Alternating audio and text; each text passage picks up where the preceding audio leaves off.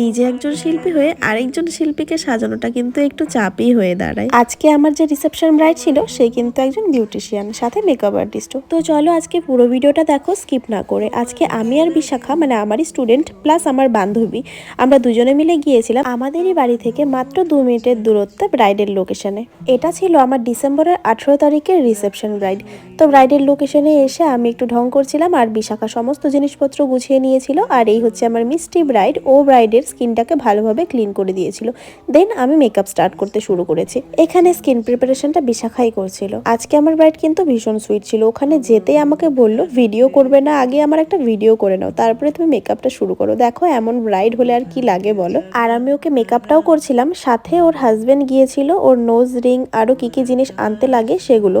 তো সেগুলো আমাকে দেখাচ্ছিল আর বলছিল যে কোনটা নিয়ে আসবো তুমি একটু বলে দাও।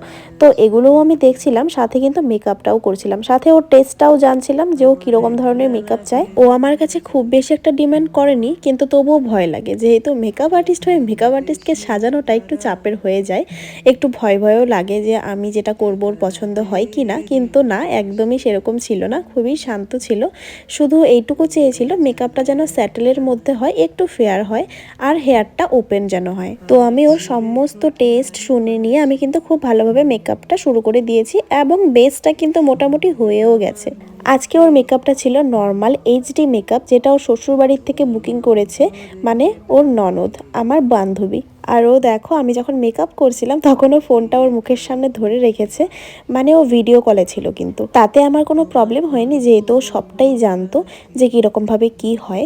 আর এখন আমি দেখো ওকে একটা সফট আই মেকআপ প্রোভাইড করেছি, আর এটা কিন্তু ওর শাড়ির সাথে ভীষণভাবে মানানসই হয়েছিল। বেস মেকআপ আমার টোটালি ডান হয়ে গেছে, এখন শুধু ম্যাকের ও ডার্লিং শেডের হাইলাইটারটা ইউজ করে নিচ্ছি। লিপস্টিকটা আমি এখানে দুটো শেড ম্যাচ করে আমি এখানে একটি ওমব্রে শেড করার চেষ্টা করেছি, কারণ লিপস্টিকের ওর কোনো ডিমান্ড ছিল না, বললো যেটা ভালো লাগবে সেটাই দিও। এবার আমি ফ্লাওয়ারটা সেট করে নিচ্ছি। দেখো ফ্লাওয়ার যখন আমরা সেট করি কিভাবে সেট করি, আশা করি তোমরা ভিডিওতে যতটুকু দেখছো ততটুকু বুঝতেই পারছো যে আমি ফ্লাওয়ারগুলোকে কি করে রেডি করছি। এভাবে কিন্তু ফ্লাওয়ারগুলো রেডি করে নিলে কিন্তু চুল থেকে যে ফ্লাওয়ার খুলে যাওয়ার একটা ব্যাপার থাকে সেটা কিন্তু হয় না। আর গার্ডার দিয়ে বাঁধার পরেও কিন্তু তোমরা ইউপিন দিয়ে এইভাবে ঠিক এই রকমভাবে আমি যেভাবে দেখিয়েছি এইভাবে তোমরা করে নেবে, দেখবে একদম লক হয়ে থাকবে, কোনো প্রবলেম হবে না। এবার বিশাখা জুয়েলারিগুলো সেট করে দিচ্ছিল, ততক্ষণে আমি ওর আইল্যাশটা লাগিয়ে দিয়েছি। এর মাঝে আমি ওকে শাড়িটাও পরিয়ে নিয়েছি। দেখো শাড়ির কালারটা কত সুন্দর না, আমার তো ভীষণ ভালো লেগেছে শাড়ির কালারটা। এবার আমি ওর হেয়ারটাকে করে নিচ্ছি। হেয়ারটা প্রথমে আমি দেখে নিয়েছিলাম যে মিডিলে করলে ভালো লাগবে নাকি সাইডে করলে ভালো লাগবে।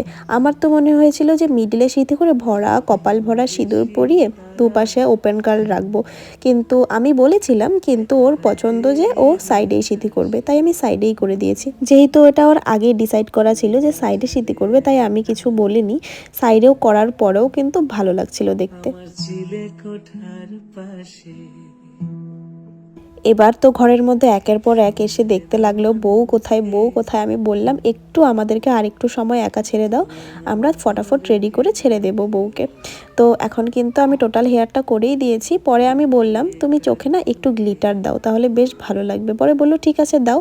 এবার আমি না টিকলিটা দেখছিলাম, ও বললো যে টিকলিটা কি দিবা। আমি বললাম এইভাবে অনেকটা ভালো লাগছে, টিকলিটা পরো না, সিঁদুরটা পরো, এতেই ভালো লাগবে। তারপর নোজ রিংটা দেখছিলাম, নোজ রিংটা ওর নাকের থেকে অনেকটা বড় হয়ে যাচ্ছিল, তাই নোজ রিংটাও পরাইনি। হেয়ারও করা কমপ্লিট আর ফ্লাওয়ারও সেট করা কমপ্লিট, এখন আমি সিঁদুরটা পরিয়েছি। এই দেখো আমার মিষ্টি ব্রাইডের আজকে মিষ্টি লুক। তোমাদের কেমন লাগলো আজকে আমার ব্রাইডকে, সেটা কিন্তু অবশ্যই জানাতে ভুলো না। রাখো শরীরে হাত যদি। ও নিজে রেডি হওয়ার পরে দেখো এদিকে ও পার্টি মেকআপও করছে, মানে এক মেকআপ আর্টিস্ট হলে এই একটা জ্বালা। আর এদিকে আমি ব্রাইডের ননদকে, মানে আমার বান্ধবীকে রেডি করছিলাম। ওরও একটা এইচডি পার্টি মেকআপের বুকিং ছিল, তো আমি সেই মতো ওর স্কিন প্রিপারেশন করে খুব ভালোভাবে আমি মেকআপটা করে দিয়েছি। ওর স্কিনে কিন্তু প্রচুর রকমের প্রবলেম ছিল আর প্রচুর পোর ছিল, তো সেগুলোকে আমি যথারীতিভাবে চেষ্টা করেছি যে মেকআপ দিয়ে কভার করার, কিন্তু অ্যাট লাস্ট ফাইনাল লুকটা কিন্তু বেশ ভালো এসেছে। আর ওইদিকে কিন্তু আমি বেস মেকআপ অলরেডি আর একটা পার্টি মেকআপ করে দিয়েছিলাম। এবার বিশাখা ওর হেয়ার ক্রিম্পিংটা করছে আর আমি এদিকে ওর বেস মেকআপটা করছি। আর আমার ব্রাইড এদিকে প্রচুর ব্যস্ত, নিজের হাজবেন্ডকে রেডি করছে।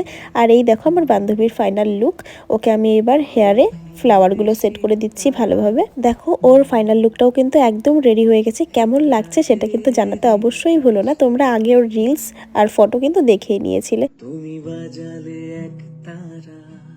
আর এই যে এখানে ও রেডি হয়ে গেছে, এই যে আমার আরেকটা সুন্দর দিদিভাইয়ের সুন্দর বার্থডে লুক।